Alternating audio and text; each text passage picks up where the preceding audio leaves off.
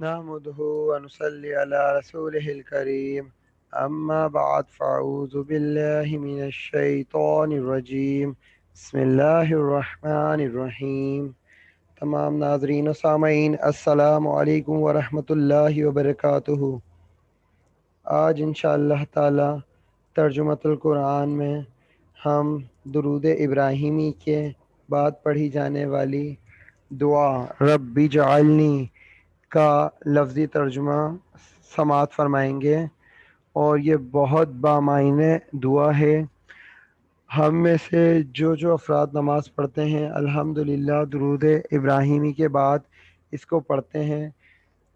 لیکن ہم میں سے بہت سارے لوگ ایسے ہیں جو اس کو ثواب کی نیت سے تو پڑھتے ہیں،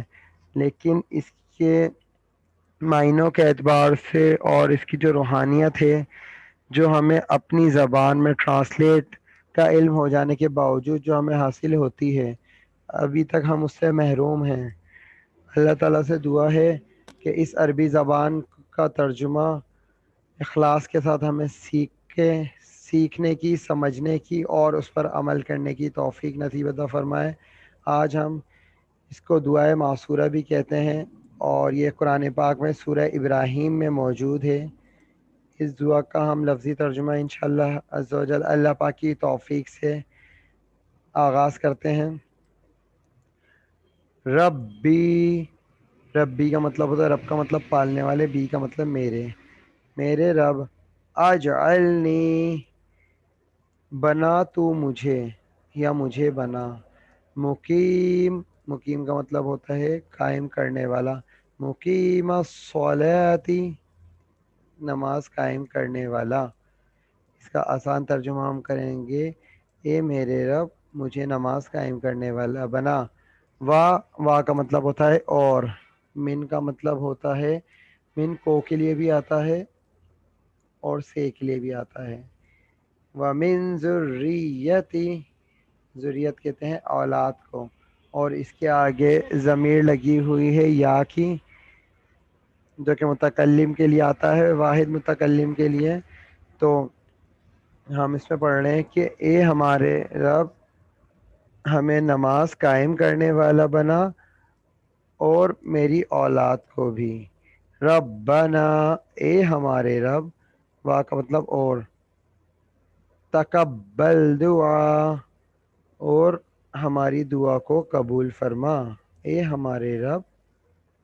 ہمیں نماز قائم کرنے والا بنا اور ہماری اولاد کو بھی۔ ربنا وتقبل دعا، اور ہماری دعا کو قبول فرما۔ ربنا، ربنا کا مطلب ہوتا ہے، رب کا مطلب ہوتا ہے پالنے والا یا رب،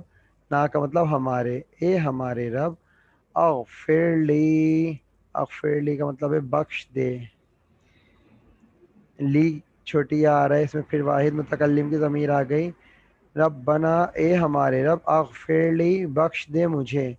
وا کا مطلب اور، ولی والدی، ولی والدی کا مطلب ہے اور میرے ماں باپ کو، وللمؤمنین، وللمؤمنین کا مطلب ہے، واو کا مطلب اور، للمؤمنین کا مطلب ہے سب ایمان والوں کو، یوم، یوم کا مطلب دن، یقوم الحساب، یقوم وہی قائم والا جس طرح مقیم آیا تھا، یہاں یقوم یوز ہوا ہے، یقوم الحساب جب قائم ہو حساب، اس دن۔ یہ دیکھیں کتنی مختصر سی لیکن کتنی جامعہ دعا ہے یہ، کہ اس میں اللہ تعالیٰ سے ہم دعا کرتے ہیں کہ اے اللہ مجھے نماز قائم کرنے والا بنا اور میری اولاد کو بھی، اور ہماری دعا قبول فرما۔ اے ہمارے رب ہمیں بخش دے اور سب مومنوں کو اس دن جس دن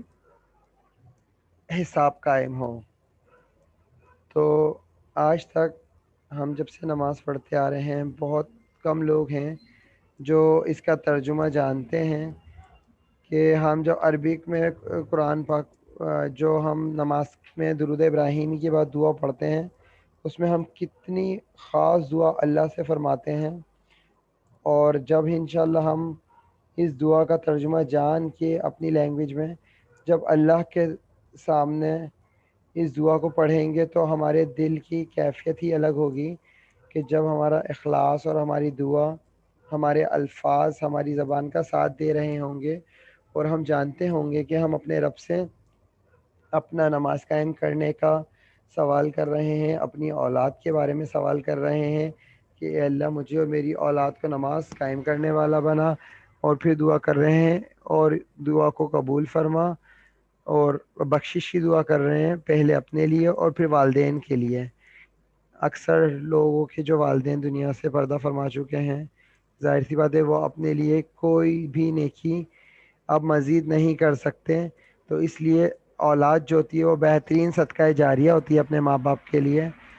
اور جن کے ماں باپ حیات ہیں اللہ تعالیٰ انہیں نیک زندگی عطا فرمائے اور ہم سب کو نماز کا پابند بنائے، اور تمام مومنین کو قیامت کے دن ان کے حساب کے دن سب کی بخشش فرمائے، آمین۔ جزاک اللہ خیرہ۔